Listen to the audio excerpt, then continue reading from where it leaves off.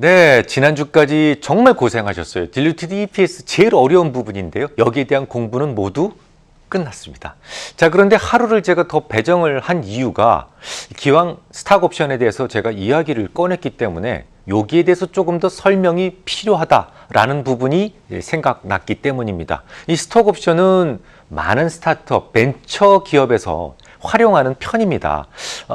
지금은 당장 높은 수준의 급여를 줄 수는 없어요. 돈이 없어요. 그런데 내가 당장 높은 수준의 기술을 가진 인력이 필요합니다. 그래서 지금은 보상할 수 없지만 미래 보상으로 대체하려는 수요가 많기 때문에 이런 스탁 옵션이 많이 활용되고 있어요. 그런데 이게 정말 획기적으로도 매우 어렵습니다. 심지어는 법적인 문제를 만들기도 하기 때문에 스탁 옵션을 준 회사나 혹은 받은 사람이 모두 곤경에 빠지는 경우가 참으로 많아요. 어떤 경우에 문제가 될 수 있는지에 대해서는 여러분들도 알아두실 필요가 있다는 얘기죠. 자, 일단 차트 모습 하나 보시겠습니다. 이 종목은요, 종목명은 제가 가려놨는데 일단 스탁 옵션이 부여된 날을 종가로 붉은 수평선으로 제가 표시를 해뒀어요. 당시 종가가 6,000원이었고 스탁 옵션은 6,300원에 무려 47만 주나 부여되어 있었죠. 주가가 향후 주어진 기간 안에 6,300원 이상으로만 올라가게 되면 자 47만 주는 자본으로 신규 편입되겠죠. 만약 그렇지 않다면요. 스탁 옵션은 소멸됩니다. 그보다 낮은 가격에서는 스탁 옵션 행사할 이유가 없어요. 만약 주가가 행사가 6,300원보다 오르게 된다면 스탁 옵션을 부여받은 사람은 당연히 행사시키고 돈을 챙길 겁니다. 자, 이때 매우 중요한 문제거리가 생길 수가 있어요. 스탁 옵션에 대한 행사를 개시한 날을 기준으로 자, 잘 들으세요. 그날을 기준으로 세금이 부여된다라는 점을 꼭 기억하셔야 돼요. 조금 더 자세한 설명이 필요할 것 같은데요. 스탁 옵션을 행사해 놓고 난 주가가 좀 더 오를 것 같아 라는 생각이 들었다고 해보죠. 그래서 매도하지 않고 보유하고 있었어요. 그런데 실제로 주가가 오르는 상황에서 주식을 매도하는 사람은 실제로 많지 않습니다. 뭐 그의 생각대로 주가가 다행히 좀 더 올라줬다면 이건 정말 좋은 케이스가 되죠. 행사한 가격을 기준으로 저 밑에서 세금은 이미 동결돼 버렸고 끝나버렸고 그 이후로 수익에 대해서는 세금이 없으니까 많은 수익을 낼 수가 있었겠죠. 하지만 스탁 옵션이 행사됐어요. 그런데 나는 더 오를 것 같아서 팔지 않고 있다가 주가가 하락했다면 어떻게 될까요? 세금은 고점 기준으로 세금을 내야 되고 주식으로는 손실이 생기게 되겠죠. 그래서 스탁 옵션을 받는 사람들은 이런 부분 전혀 생각하지 않습니다.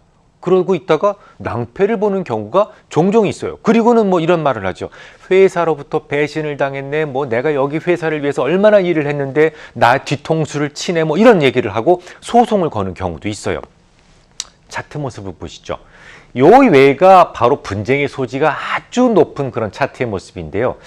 예를 들어서 스탁 옵션을 받은 사람의 주가가 자 9,000원까지 오른 모습을 보고 스탁 옵션을 행사했어요. 자, 그런데 그 이후로도 주가가 오를 것 같다는 생각이 들어서 팔지 않고 기다렸다고 해보죠. 그런데 주가가 아쉽게도 반땅이 나버렸네. 4,765원까지 하라 그랬어요. 자, 그러면 이 회사로부터 받은 스탁 옵션에 대해서는 어떻게 된다고요? 9,000원에 행사를 했으니까 그 9,000원을 기준으로 세금이 부과됩니다. 아쉽게도 지금 판다면 게다가 주당 1,235원 정도의 손실까지 보게 되죠. 그러니까 스탁 옵션으로 세금을 내고 자본 손실도 보게 된다는 겁니다. 게다가 주가는 이미 희석된 주가가 반영됐죠. 그래서 6,000원 이상으로 잘 못 오르고 있어요. 그러니까 스탁 옵션을 받은 사람은 열심히 회사에서 일만 해주고 난 뭐냐 자본 손실도 내고 또 내지 않아도 되는 세금까지 내야 됐으니까 뭐 화가 치밀어 오르겠죠. 그래서 보통 스탁 옵션에 대해서는 행사하겠다라고 하면 행사되는 순간 세금 내고 즉각 매도해버리는 것이 속편합니다. 뭐 이제 다 오셨어요. 제 강의 기록 중에서 가장 어려운 부분입니다. 지금까지 매우 유명하고 가장 많은 사람들이 잘 쓰고 있는 이 EPS의 개념에 대해서 공부하시느라고 여러분들 수고가 많으셨어요. 하지만 저는 여러분들이 지금까지 이 공부를 충실히 다 하셨다고 생각하지 않습니다. 바라지 않아요.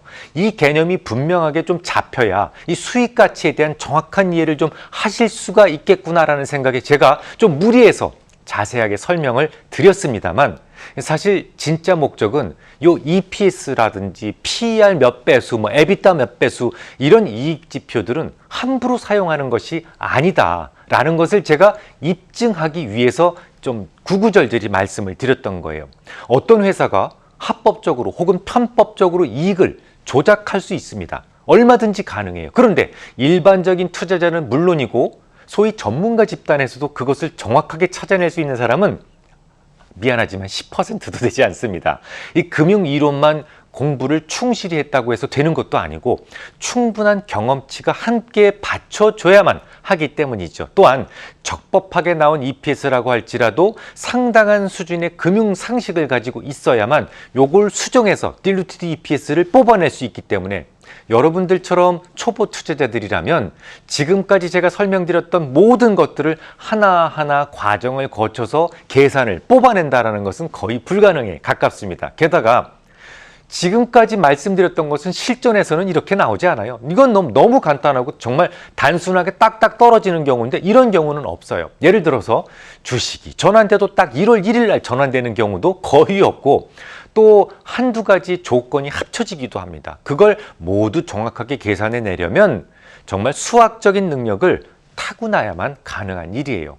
그래도 자신 있으십니까? 대다수의 개인 투자자들은 말할 것도 없고 전문가 집단에서도 EPS나 혹은 이익지표를 근거로 함부로 어떤 종목에 대해서 매수나 매도의 결정을 쉽게 하는 것을 전 흔히 봤어요. 하지만 이런 단계를 거쳐서 정확하게 EPS를 꺼내내는 분들은 거의 보지 못했습니다. 자, 이제 여러분들은 둘 중 하나를 선택하셔야 돼요. 지금까지 거의 10주죠. 10주 동안 배우셨던 이 과정을 모두 공부해서 정확한 EPS를 계산하고 이를 통해서 주가의 적정 가치를 살피시겠습니까? 아니면 좀 쉽게 그 회사가 가지고 있는 고유의 씨앗이 뭔지를 살피고 그 씨앗이 발화되는 환경과 낙화되는 환경을 살피는 소위 직관적 투자를 선택하시겠습니까? 다음 주에 뵙겠습니다.